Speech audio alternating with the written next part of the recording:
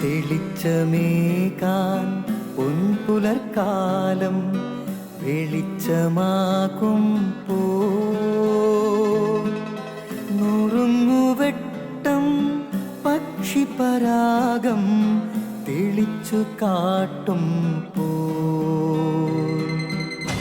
വരുന്നു ദൈവം മനസ്സിനുള്ളിൽ തിളക്കമേകിടാൻ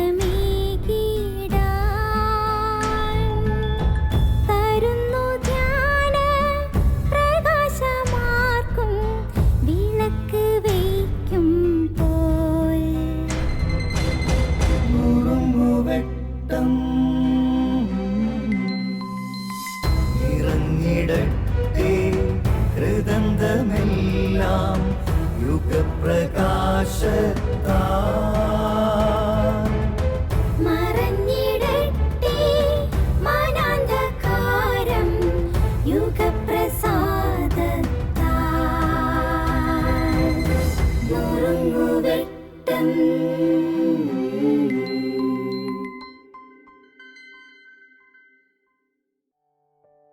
സ്നേഹമുള്ളവരെ, ഒരു പുതിയ 365 ദിവസങ്ങളോളം നീണ്ടുകിടക്കുന്ന ഒരു പുതുവത്സരത്തിൻ്റെ പടിവാതിലിൽ നമ്മൾ നിൽക്കുകയാണ്.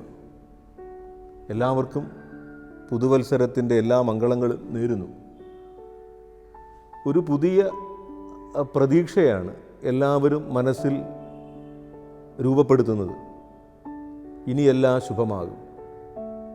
പക്ഷേ ഈ പ്രത്യാശ വെറും ആലങ്കാരികമായൊരു വാക്കായി മാറാതെ, അല്ലെങ്കിൽ വെറുതെ ഒരർത്ഥമില്ലാത്ത സ്വപ്നമായി മാറാതെ കൃത്യമായൊരു ചുവടുവെപ്പായി മാറണമെന്നാണ് നമ്മൾ ആഗ്രഹിക്കേണ്ടത്.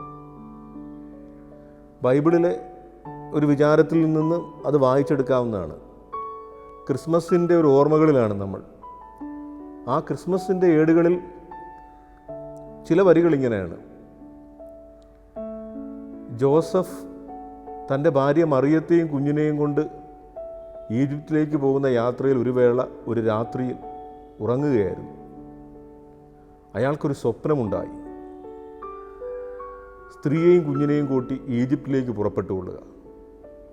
നിദ്രയിൽ നിന്നുണർന്ന് അപ്പോൾ തന്നെ അയാൾ യാത്ര പുറപ്പെട്ടു എന്നൊരു ചെറിയ വരി ബൈബിളിൽ കിടപ്പുണ്ട്. പക്ഷെ അതത്ര ചെറുതായി തോന്നുന്നില്ല. കാരണം ഞാൻ വെറുതെ ചിന്തിച്ചു പോവുകയാണ്. രാത്രിയിൽ ഉറങ്ങിക്കിടക്കുന്ന അദ്ദേഹത്തെ ദൈവം വിളിച്ചുണർത്തുമ്പോൾ നേരം പുലരട്ടെ എന്ന് കരുതി പിന്നെയും മയങ്ങിയെങ്കിലോ? കാരണം ഹെറോദോസിൻ്റെ പടയാളികൾ പുറപ്പെട്ടു കഴിഞ്ഞു കുഞ്ഞുങ്ങളെ കൊല്ലാൻ. നേരം പുലരട്ടെ എന്ന് കരുതിയെങ്കിൽ നേരം പുലരാതെ പോയനെ. ജോസഫിനെ കുറിച്ച് ഇനിയും വായിക്കുന്നിടത്ത് പറയും, അയാൾക്ക് സ്വപ്നമുണ്ടാകുന്നതും ദൈവം പറയുമ്പോൾ ഉടൻ തന്നെ യാത്ര പുറപ്പെടുന്നു. ഒരു പുതുവത്സരത്തിൻ്റെ പടിവാതിൽ നിൽക്കുമ്പോൾ നമ്മളും പ്രായോഗികമായി മനസ്സിലാക്കേണ്ട ഒരു കാര്യം ഇതാണ്. ജീവിതത്തിൽ ആർക്കാണ് പുലരികൾ നഷ്ടമാകുന്നത്? രാത്രിയിൽ ദൈവം വിളിച്ചുണർത്തുമ്പോൾ നേരം പുലരട്ടെ എന്ന് കരുതി പിന്നെയും മയങ്ങുന്നവർക്കാണ്. ഒരല്പം കൂടെ ഇതൾ വിടർത്താനുള്ള ചിന്ത ഇതിലുണ്ട്. നമ്മുടെ ജീവിതത്തിൽ എപ്പോഴും രാത്രികളുണ്ട്. പാപത്തിൻ്റെതാകാം, രോഗത്തിൻ്റെത്, കടബാധ്യതകളുടേത്, കഷ്ടപ്പാടുകളുടെയൊക്കെ ഒരു രാത്രിയുണ്ട്. ഈ രാത്രി ജനുവരി 1 എന്ന് കലണ്ടറിൽ വീഴുമ്പോൾ എങ്ങനെ ഇല്ലാതാകും?